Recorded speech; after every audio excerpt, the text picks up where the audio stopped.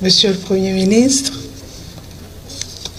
Monsieur le Président de la Cour de cassation, Mesdames, Messieurs les ministres, Mesdames et Messieurs les membres du corps diplomatique, Mesdames et Messieurs les représentants des organisations internationales, Mesdames et Messieurs les grands commis de l'État, Mesdames et Messieurs les représentants des partis politiques, Mesdames et Messieurs les représentants des organisations de la société civile, Mesdames et Messieurs les représentants du secteur privé des affaires, Mesdames et Messieurs les membres du comité de facilitation, chers compatriotes, la chrétienne que je suis a le devoir en ces circonstances particulières de tourner avant toute chose mon regard vers le ciel et d'adresser cette dévolution à Dieu le Père pour le remercier de la grâce dont elle est comblée et qui a guidé ses pas pour la conduite à cette charge. Depuis que j'ai été appelée à occuper cette haute fonction, je ne cesse de penser à mes parents qui m'ont inculqué cet amour indéfectible de la patrie, dans la tradition d'un attachement aux valeurs d'honnêteté, de civisme et du respect du bien public. La solennité du jour me porte à avoir aussi une pensée spéciale pour mon feu époux Leslie, qui m'a initié à la politique en me conseillant de toujours rester fidèle à mes principes, tout en gardant l'espérance. Je sens aujourd'hui plus que jamais sa présence comme un témoignage de support au choix que j'ai fait. Mesdames et Messieurs, les membres du HCT ne vous apprendront rien en vous disant que le pays s'engouffre de plus en plus dans une crise politique affectant tous les secteurs de la vie nationale. Face à la complexité et à la volatilité de la situation, il est impérieux que chaque citoyen conséquent dans sa sphère d'activité de répondre à l'appel du devoir. Ce n'est certes pas dans ces circonstances que nous avions rêvé d'occuper une si haute fonction. La décision a été difficile.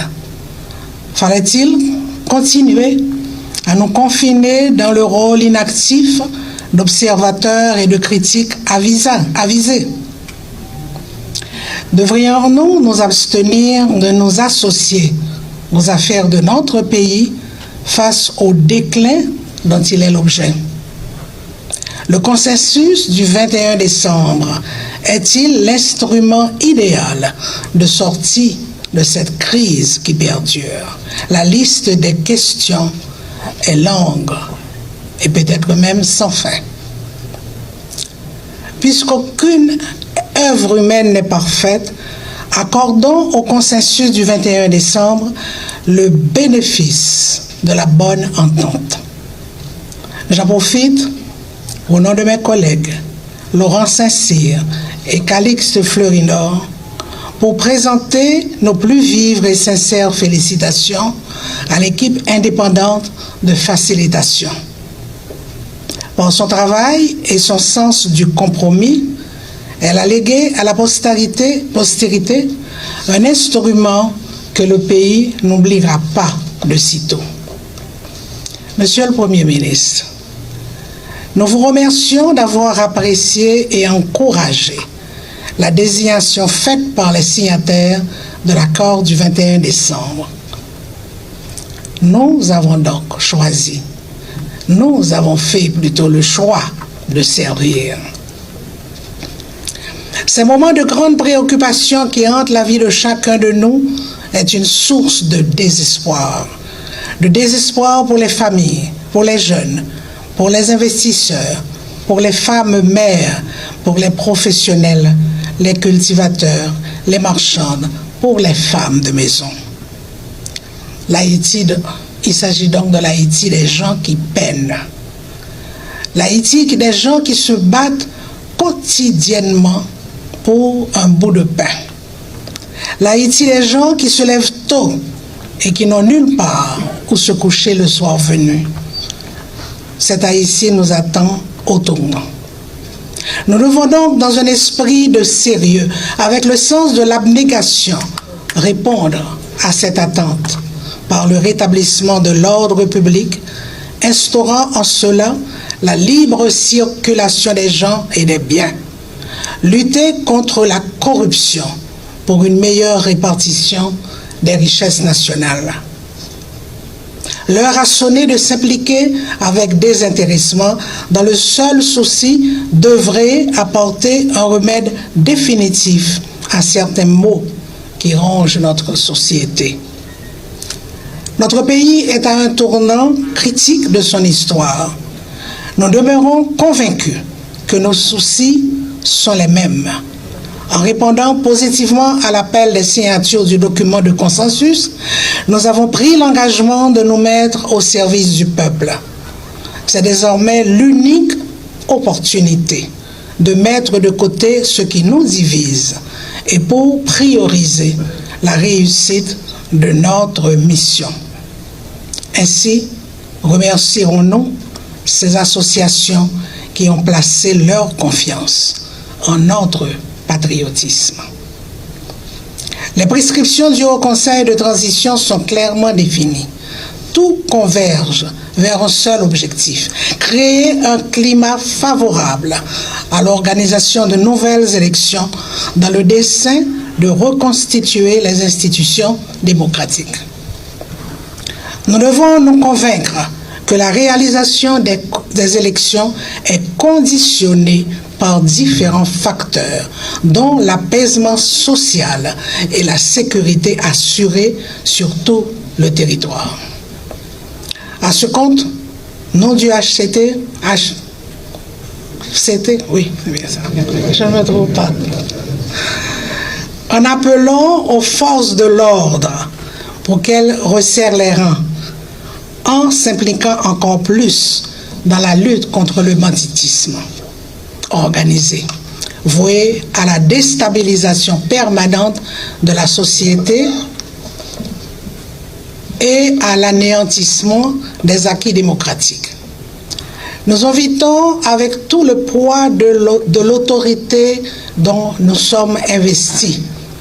Nous invitons les amis de la communauté internationale à tenir les engagements qu'ils ont pris d'assister les organes de maintien de l'ordre dans la lutte contre la malveillance sociale.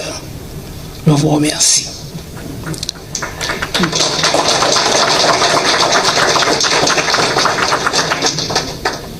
Nous nous faisons le porte-parole de tous les acteurs de la vie nationale pour clamer sans ambiguïté qu'il ne pourra pas avoir d'élection si la sécurité n'est pas rétablie. Les forces nationales et internationales sont tenues de s'accorder pour assurer la paix des rues. 3 grands chantiers nous attendent immédiatement. Il s'agit du remaniement constitutionnel, du renforcement du système judiciaire et de la formation du Conseil électoral. Nous devons nous y atteler sans rémission, car les yeux de la population sont rivés sur nous et pour cela, nous avons une obligation de résultat. Je prends la liberté, avec mes collègues et Monsieur le Premier ministre, d'inviter les membres de votre gouvernement à s'impliquer dans une démarche dépouillée de rivalité en vue de la mise sur pied et de la réalisation de programmes concrets d'apaisement social en faveur des plus vulnérables. Les délais sont désormais fatidiques. Nous avons dès lors l'obligation de répondre aux attentes de la population. Mesdames et messieurs les non-signataires du consensus du 21 décembre, ce n'est à certains égards pas la formule dont vous rêviez. Toutefois, au nom de mes collègues, je réitère et j'insiste. Je tends le rameau d'olivier à tous les acteurs sociaux, politiques, syndicaux, professionnels, culturels, de l'intérieur comme de l'extérieur. Nous n'avons aucune ambition que celle de réaliser de bonnes élections, libres, honnêtes et inclusives. Joignez-vous à nous pour que vos propositions et vos rêves trouvent au sein du Haut Conseil de transition l'espace que vous souhaitez.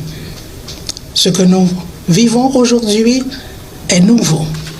Il est même exceptionnel.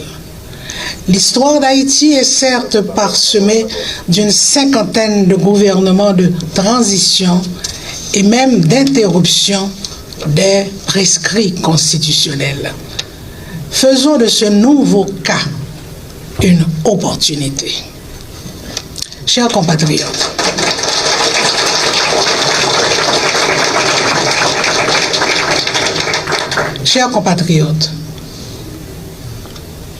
vos cris nous sont parvenus et témoignent très fort dans notre esprit, puisque nous vivons, nous aussi, au quotidien, vos angoisses et vos soucis.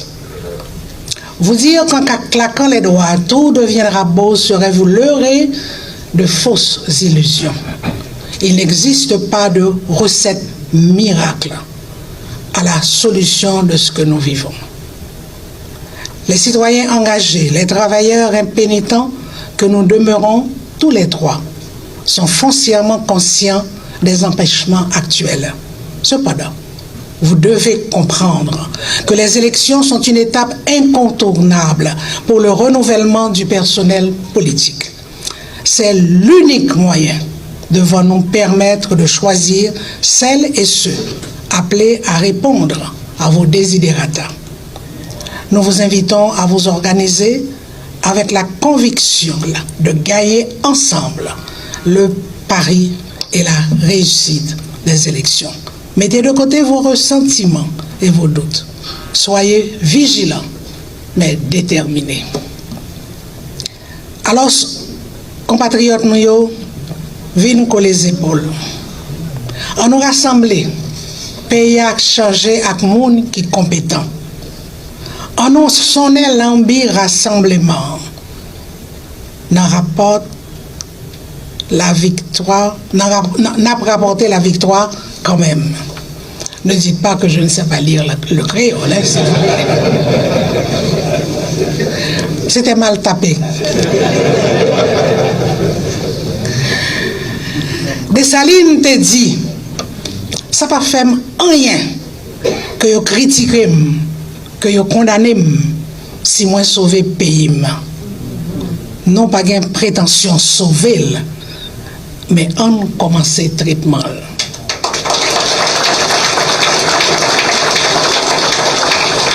Policiers nous-mêmes qui dans la RIA, qui avons fait face carré avec bandits, des chimères, zinglendo, gang, nous connaissons. Et, mon Dieu, oh là là, bon, alors je vais identifier ce qu'ils ont dit. Nous connaissons qui ça n'a supporté. Et nous partager ça n'a supporté et nous décider pour nous aider nous résoudre tout problème que nous avons supporté. Population, c'est sous nous yo compter, nous pas la gueule. Oubliez ça diviser nous-mêmes dans au conseil là, nous connaissons ça qui fait nous mal. Veuillez mauvais zangui qui diviser nous yo. Pas jamais oublier que c'est colonnes qui battent. Nous voulons que nous connaissions, que nous mettions compter sur nous. Conseil là a fait tout ça capable pour aider à croiser l'insécurité et pour permettre chaque Haïtien vivre libre et libère, ça la paresse. Que bon Dieu bénisse Haïti. Merci beaucoup.